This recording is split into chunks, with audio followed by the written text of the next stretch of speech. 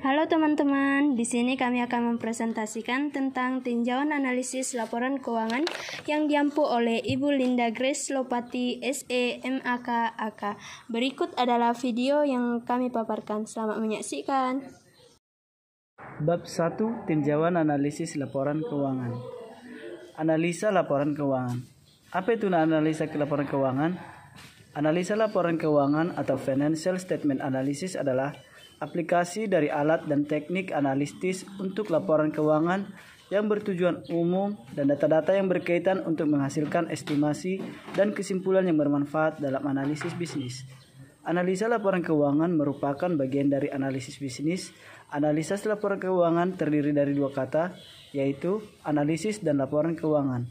Kata analisis adalah memecahkan atau menguraikan sesuatu unit menjadi berbagai unit terkecil, sedangkan laporan keuangan adalah neraca, laba rugi, dan arus kas atau dana. Pengenalan analisis bisnis.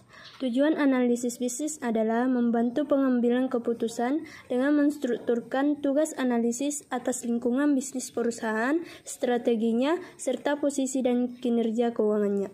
Yang pertama itu adalah sasaran analisis bisnis adalah untuk meningkatkan pengambilan keputusan bisnis dengan mengevaluasi informasi yang tersedia tentang situasi keuangan perusahaan, manajemennya, rencana, dan strategi serta lingkungan bisnisnya. Yang kedua adalah analisis bisnis diterapkan dalam banyak bentuk dan merupakan suatu bagian penting dari keputusan analisis efek, penasihat investasi, manajer reksadana, bankir investasi, pemeringkat kredit, bankir korporasi, dan investor individual. Jenis-jenis utama analisis bisnis. Yang pertama, analisis kredit. Analisis kredit merupakan evaluasi atas kelayakan perusahaan untuk mendapatkan kredit. Pengguna yang terlibat di dalam analisis kredit yakni pihak kreditor. Yang kedua, analisis ekuitas merupakan evaluasi yang berhubungan dengan investasi yang dilakukan oleh perusahaan. Pengguna ini terlibat di dalam analisis ekuitas yakni pihak investor. Perbedaan utama antara analisis kredit dan analisis ekuitas yaitu analisis kredit lebih berfokus kepada sisi buruk resiko, bukan sisi baik potensi. Sedangkan analisis ekuitas bersifat asimetri, di mana harus menilai dua sisi resiko dan potensi.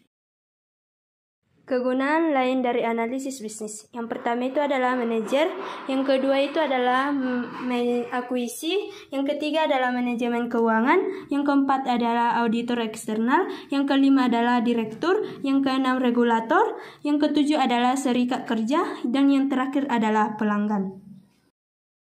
Komponen analisis bisnis. Yang pertama, analisis lingkungan bisnis dan strategi. Analisis lingkungan bisnis dan strategi terdiri atas bagian analisis industri dan analisis strategi. Analisis ini juga memerlukan pengetahuan tentang manajemen strategi, kebijakan bisnis, produksi, manajemen logistik, pemasaran, dan ekonomi manajerial. Yang kedua, analisis akuntansi. Analisis akuntansi atau accounting analysis merupakan proses evaluasi sejauh mana akuntansi perusahaan mencerminkan realitas ekonomi. Analisa akuntansi memiliki keterbatasan yang mempengaruhi kegunaan laporan keuangan dan menimbulkan setidaknya dua masalah dalam analisis. Yang pertama, ketidakseragaman akuntansi menyebabkan masalah perbandingan atau comparability problem. Yang kedua, pilihan dan ketidaktepatan dalam akuntansi dapat mendistorsi informasi laporan keuangan. Yang ketiga adalah analisis keuangan.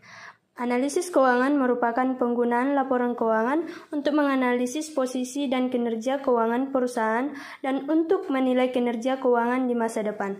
Analisis keuangan ini terdiri dari dua bagian besar, yaitu yang pertama adalah analisis profitabilitas, yang kedua adalah analisis resiko. Berikutnya yang keempat, analisis prospektif. Analisis prospektif atau prospektif analisis adalah perakiraan payoffs di masa depan, biasanya laba, arus kas, atau keduanya. Analisis ini ditarik dari analisis akuntansi, analisis keuangan, dan juga analisis lingkungan dan strategi bisnis.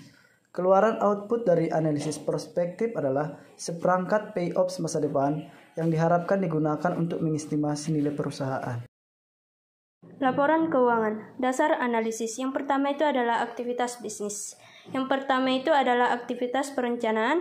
Yang kedua itu adalah aktivitas pendanaan. Yang ketiga adalah aktivitas investasi. Dan yang keempat adalah aktivitas operasi. Seperti yang ada di video ini, dapat teman-teman lihat bahwa ada penjelasan tentang aktivitas bisnis ini. Laporan keuangan. Laporan posisi keuangan dibagi menjadi 4 bagian. Yang pertama itu adalah laporan posisi rugi laba. Yang kedua adalah laporan perubahan ekuitas pemegang saham. Yang ketiga adalah laporan arus kas. Dan yang keempat adalah keterkaitan antara laporan keuangan.